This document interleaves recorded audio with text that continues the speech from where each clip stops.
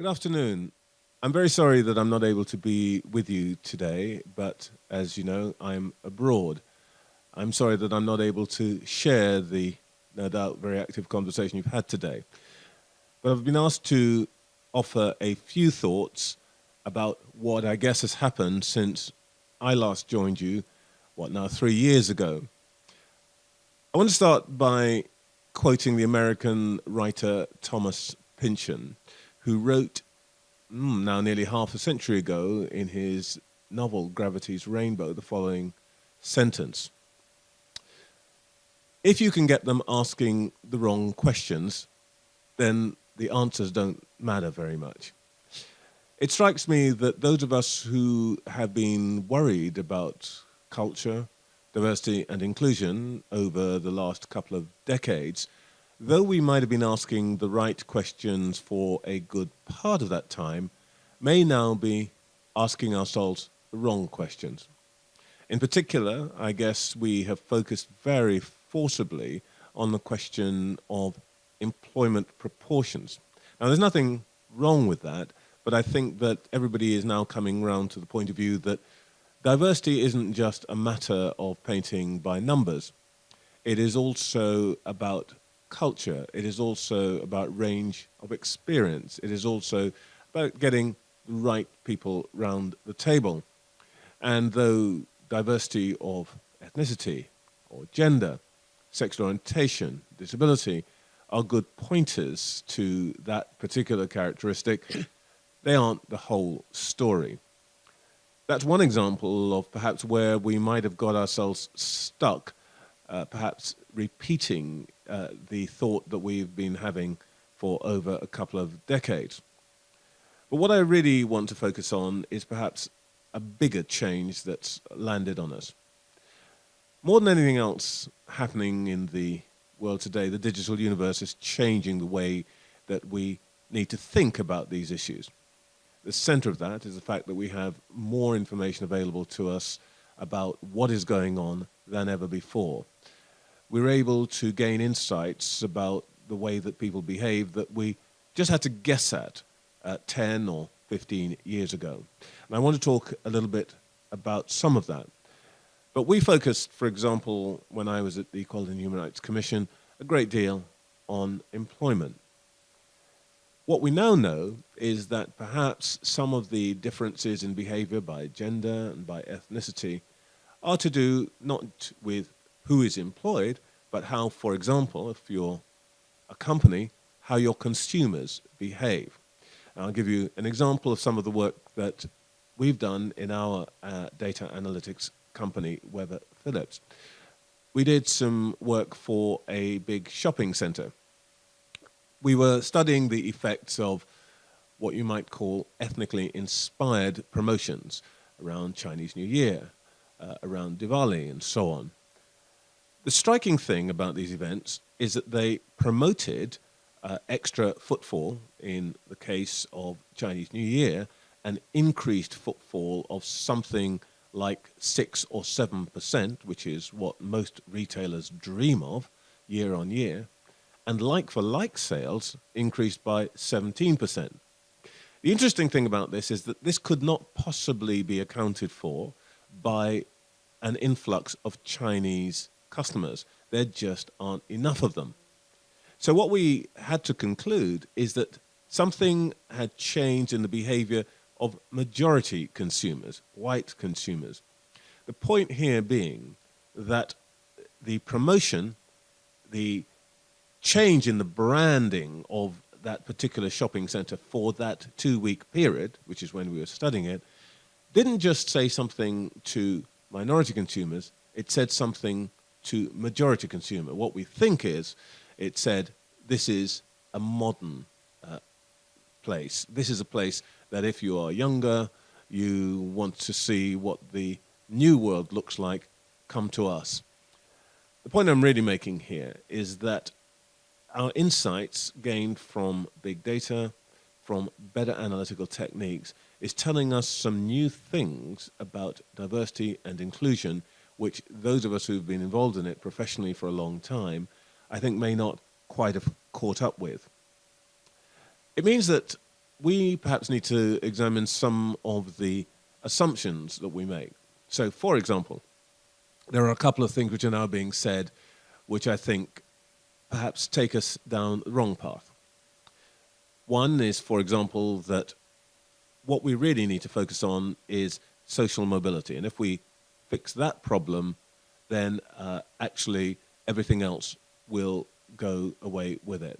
Well, actually, I don't think that's at all the case. When I was chair of the Equality and Human Rights Commission, one of the things that I found, and also when I was chair of the CRE before that, was that particularly when it came to race, the people who were most hurt, bewildered, fed up about the way they were treated were not young black men being stopped and searched by the police.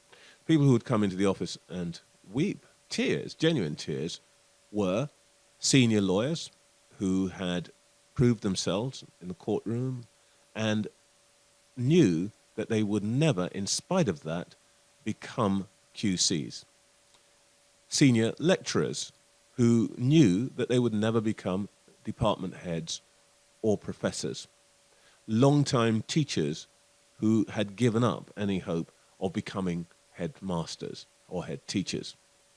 Now, I think the point I'm making here is that social mobility may help some people, may make some things change, but actually won't be the answer. The issues of ethnicity, of gender particularly, operate independently to a large extent of that issue. So what do we really need to focus on? Well, I think some of the new stories that are emerging over the last 6 months point us in the right direction. Let me take you to Silicon Valley. In my work in the United States, where I'm chair of the Center for Talent Innovation, we've been doing a lot of work on the culture of tech companies. I don't need to go over the Google story to say that this is something of great concern out in California. 2 years ago, when Google became the first company to publish its statistics by gender and by ethnicity, it sent a shockwave through the state and through the industry. What we saw were numbers that told us that that industry really hadn't caught up with today's demographics in America. Large numbers of young white men, substantial numbers of young Asian Americans, but relatively few women in the areas where it matters, engineering, for example, and almost no blacks and Hispanics. Now, that sent a shockwave, as I say, through California. But what became even more pressing over this last few months has been a revelation of the culture that that has created. We've seen what has now become known as a Damore memo from a Google engineer, which essentially argued that women didn't really belong in the tech sector because their minds weren't up to it. Why was this shocking? Well, it wasn't shocking because there was an odd bloke somewhere in the engineering department. It was shocking because it became clear that this is what most people in the industry believe. What is more important, we've seen the Harvey Weinstein situation emerging, and that, of course, is a scandal, but in some senses it's a familiar Hollywood-type scandal. There's a very bad boy somewhere in the business. The thing that is important in the tech sector is this. Given the way that that sector creates value, they employ relatively few people. Google, for example, or Facebook are companies that have a similar value to, let's say, General Motors. The thing that is different is that they don't employ 500,000 people. They will employ maximum 100,000, which means that each of those employees is incredibly valuable. Valuable employees tend to get a free pass to behave in the way they want to. It's one thing if you have one Harvey Weinstein or one Travis Kalanick. We did the investigation into Uber in our company, by the way, so we saw what was happening inside that company. But if you've got one of those guys, you can get rid of him. You can review, you can investigate, you can change the culture of whistleblowing and speaking up. The problem that the tech sector out in California is now confronting is something that I suspect may afflict other industries, and that is that a third of their employees are potential Travis Kalanick's or potential Harvey Weinsteins. They are so valuable that nobody wants to interfere with their behaviors. The problem that we are now seeing emerging in some of the most modern industries is that there are large numbers of people who are so valuable that you don't want to interfere with their behaviors. I think for everybody who's involved in the sort of work that we do, this is presenting an entirely new challenge. It's not a case of finding the one erring person. It is a case of thinking, how do we change the entire organizational culture of a company or indeed a sector? Well, of course, the big aid in all of this now is transparency. It's now said in some parts of the United States that companies today are like glass boxes. They have their mission statements up in the lobby. They will tell you through their letters from CEOs and chairs and so on what their values are. But the truth is, today, we can see what they're really like because social media posts tell us from the inside, because whistleblowers come out publicly, and because actually we can look at their annual reports and we can see data about who's where. And that tells us a great deal about who they are. It's not an accident that the Uber problem emerged when it did. We were asked to do the investigation into the sentiment within Uber. And of course, because that's commercially privileged, I can't say too much about it. But what I can tell you is that what people thought was going on in Uber was exactly what is going on in Uber and worse. In practice, what the consumer suspected and what put people off using that company actually turned out to be true. My point here is, as the Prime Minister has recently said after the race disparity audit, today there is nowhere to hide for companies. And this tells us an important set of things about the way that we need to behave and the way that we need to be thinking about diversity and inclusion. First of all, having the right proportions of people in your workforce isn't going to be enough. Secondly, telling people what you intend to do is far from enough. And in fact, what we now know is that the gap between the promise and the reality can in itself be damaging. So I think in the next phase, one of the most important things that we're all going to have to face is, how do we bridge that gap? Companies say they want to do X or Y, but actually everybody will be able to see that they're actually doing Z. So I think a big challenge for the diversity and inclusion business is trying to make sure that our organizations bridge that gap. There are three looming issues that I think are emerging from the flood of data, the capacity to interrogate transactions and so on. First of all, there's anger. This is clear in the United States that there are two great angry tribes. One is black and one is white. Many business leaders have approached us to try to help them work through how we deal with this. And we've developed some tools that have assisted leading businesses to tackle what we call the emerging racial tensions. And some of those have worked pretty successfully. But it's work that's going to continue. Secondly, what I described as the white guy problem in tech isn't just a problem inside the companies. It's affecting the product. It is changing the service.